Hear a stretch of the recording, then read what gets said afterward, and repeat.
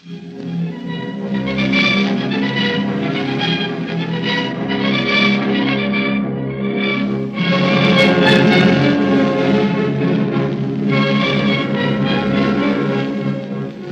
Escapes.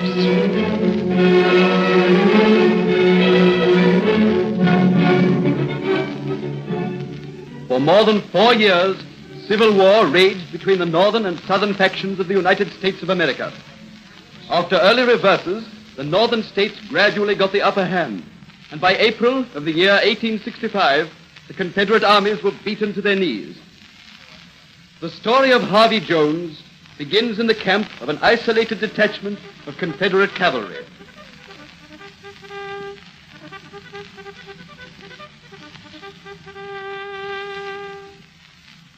Hello? Stand! All right. I guess you can stand at ease, gentlemen. I guess I can call you gentlemen again. The war's over. News has just come through that General Lee has surrendered. General Lee surrendered? We're surrounded, and this troop will be making its formal surrender in the morning. Jones. Yes, sir. You and Johnson come to my tent. Troop dismissed. You wanted us, sir? I wanted to talk to you and Johnson. Now sit down, both of you. Thank you, sir. How old are you, Jones? 21, sir. And you, Johnson? The same, sir. Both of you have been fighting since you were 17. You won't find it easy to settle down on your farms again, now that the war's over. I guess not, sir. Now, both of you took part in raids on the Yankees before you'd been properly enlisted, didn't you? Well, we hadn't got our uniforms then, sir, if that's what you mean, but we got them soon after. Now, the Yankees say they're going to shoot anyone who fought without a uniform. Well, they can't do that. I'm afraid the Yanks can do pretty well what they want to now. Well, I'll have to prove that we fought without uniforms. It's going to be pretty easy to prove things against Southerners. Now, you two boys had better slip out of the camp and get going tonight. You mean desert the camp? If I was you, I'd go west, and I wouldn't stop till I was on the other side of the Mississippi. But, sir, what can we... Oh, it's an order. You get out of them uniforms as soon as you can. I reckon they need men west of the Mississippi, and they won't be asking many questions out there. How much money you got, Buck? $2. I got $1.25. Hey, here's another of them trains coming. How'd you like to ride in a train, Harvey? I ain't never rode in a train, except in a goods truck. I never knew a man yet could afford to ride in a passenger train. Except Yankees.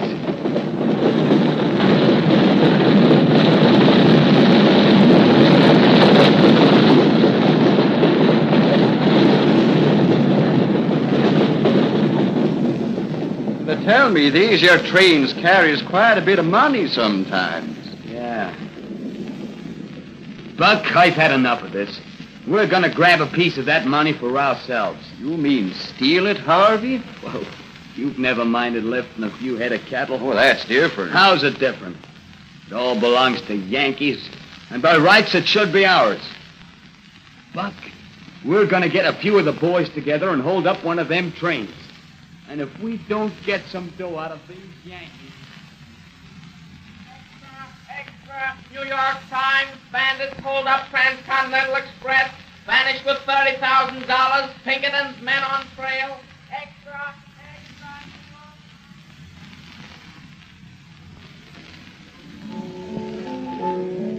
Well, this saloon looks pretty good to me, Buck. Yeah, but don't punish the firewater too much, Harvey. I ain't had a drink for weeks. Now that we've got rich...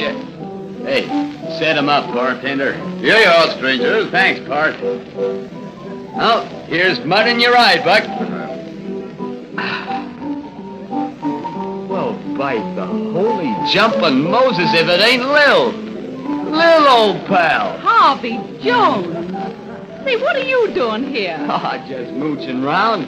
Hey, this is a little girl I knew back home, Buck.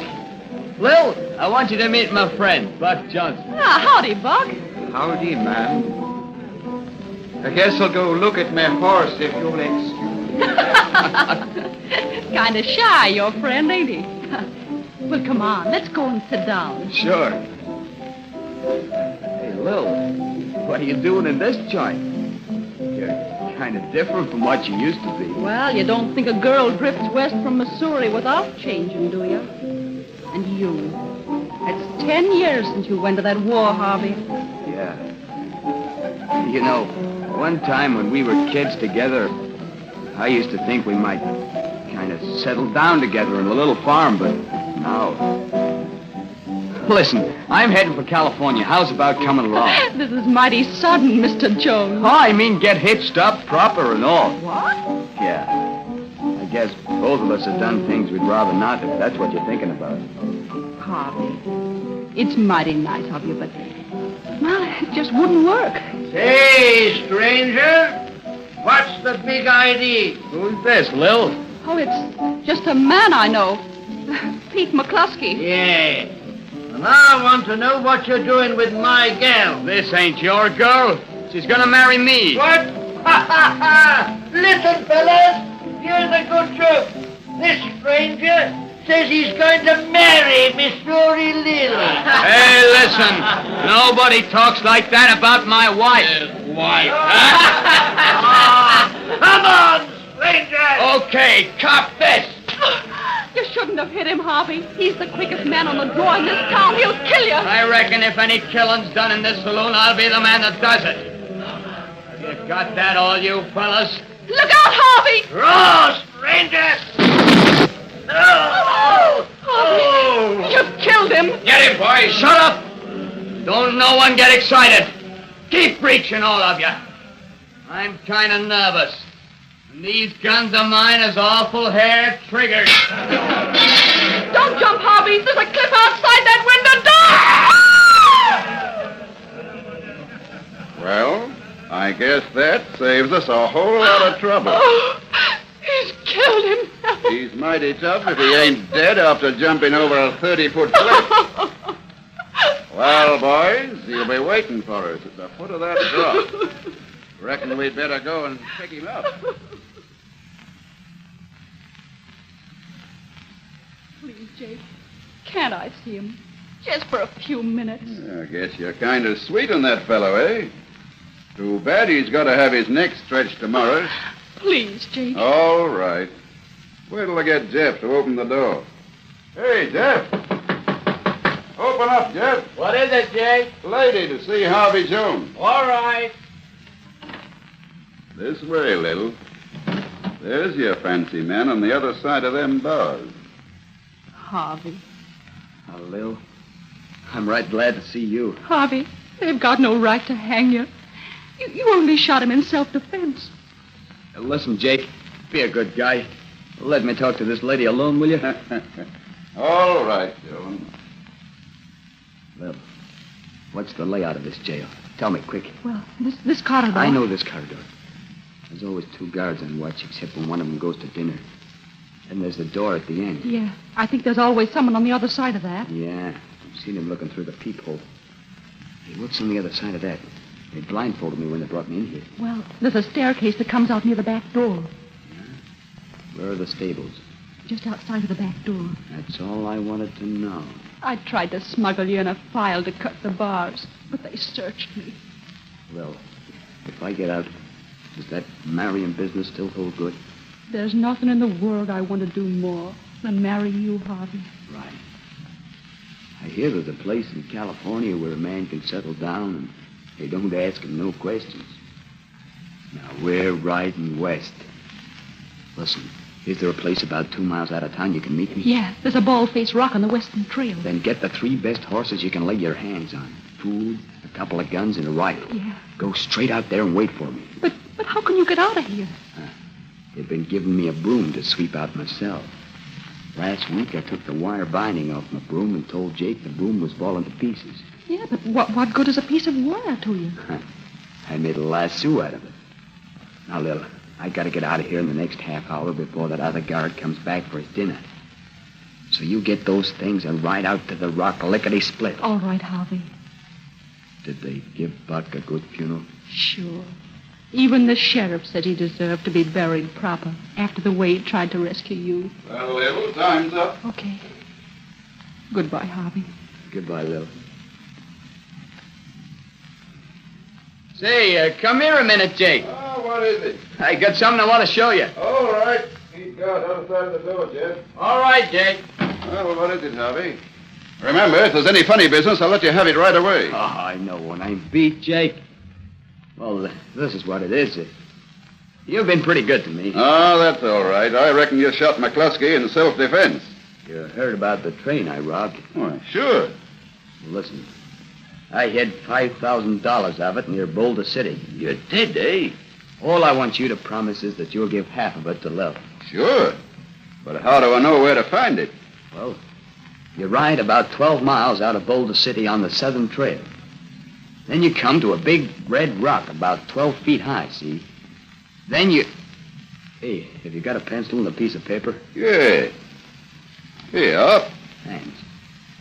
Well, when you come to this rock, you go dead north for 100 yards, see? Like this, see? Yeah? Gotcha!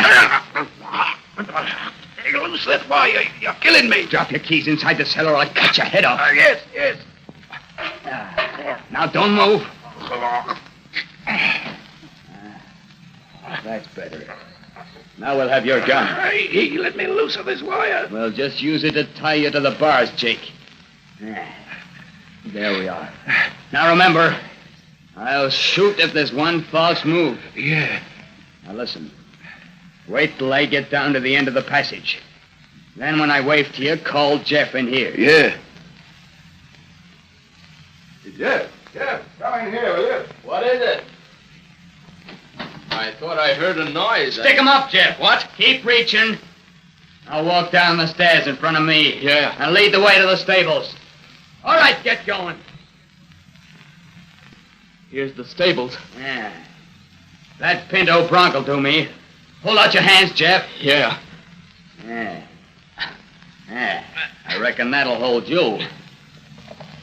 So long, Jeff. Give my regards to the sheriff.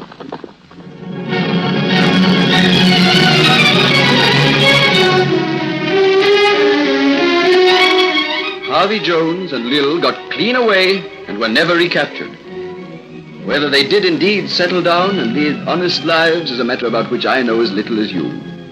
But despite the fact that Harvey Jones was a criminal, a bad man, I cannot help hoping that he and his Lil, perhaps in faraway California, did indeed live out their lives in happiness and peace.